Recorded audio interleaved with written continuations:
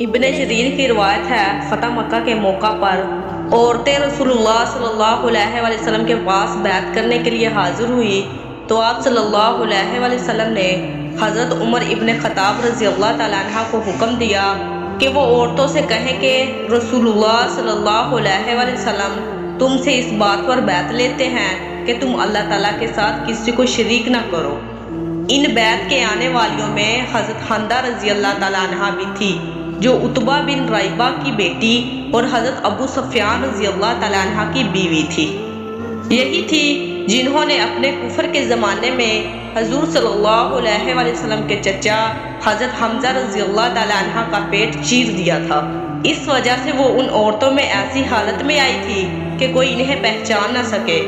اس نے جب فرمان سنا تو کہنے لگی، میں کچھ کہنا چاہتی ہوں لیکن اگر بولوں گی تو حضور صلی اللہ علیہ وآلہ وسلم مجھے پہچان لیں گے اور اگر پہچان لیں گے تو میرے قتل کا حکم دے دیں گے۔ میں اسی وجہ سے اس طرح آئی ہوں کہ پہچانی نہ جاؤں۔ مگر وہ عورتیں خاموش رہیں اور ہندا کی بات اپنی زبان سے کہنے سے انکار کر دیا۔ آخر انہی کو کہنا پڑا کہ یہ ٹھیک ہے، جب شرک سے ممانعت مردوں کو ہے تو عورتوں کو کیوں نہ ہوگی۔ حضور صلی اللہ علیہ وآلہ وسلم نے ان کی طرف دیکھا لیکن آپ صلی اللہ علیہ وآلہ وسلم نے کچھ نہ فرمایا۔ پھر حضرت عمر رضی اللہ تعالیٰ عنہ سے کہا، ان سے کہہ دو کہ دوسری بات یہ ہے کہ چوری نہ کرے۔ اس پر ہندا نے کہا، میں ابو سفیان رضی اللہ تعالیٰ عنہ کی معمولی سی چیز کبھی کبھی لے لیا کرتی ہوں، کیا خبر یہ بھی چوری میں داخل ہے یا نہیں، اور میرے لیے یہ حلال بھی ہے یا نہیں۔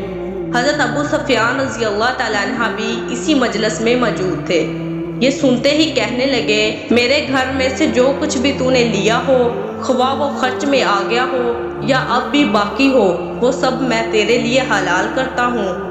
اب تو نبی کریم صلی اللہ علیہ وآلہ وسلم نے صاف پہچان لیا کہ یہ میرے چچا حضرت حمزہ رضی اللہ تعالیٰ عنہ کی قاتلہ اور ان کے کلیجے کو چیرنے والی اور پھر اسے چبانے والی عورت ہندا ہے۔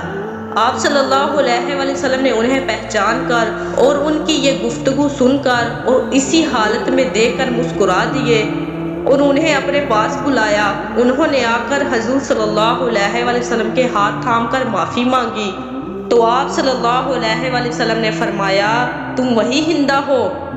ہندا، جی ہاں میں وہی ہندا ہوں جس نے آپ کے چچا حضرت حمزہ رضی اللہ تعالیٰ عنہ کا کلیجہ چبایا تھا۔ فرمایا، جاؤ آج میں نے تجھے معاف کیا۔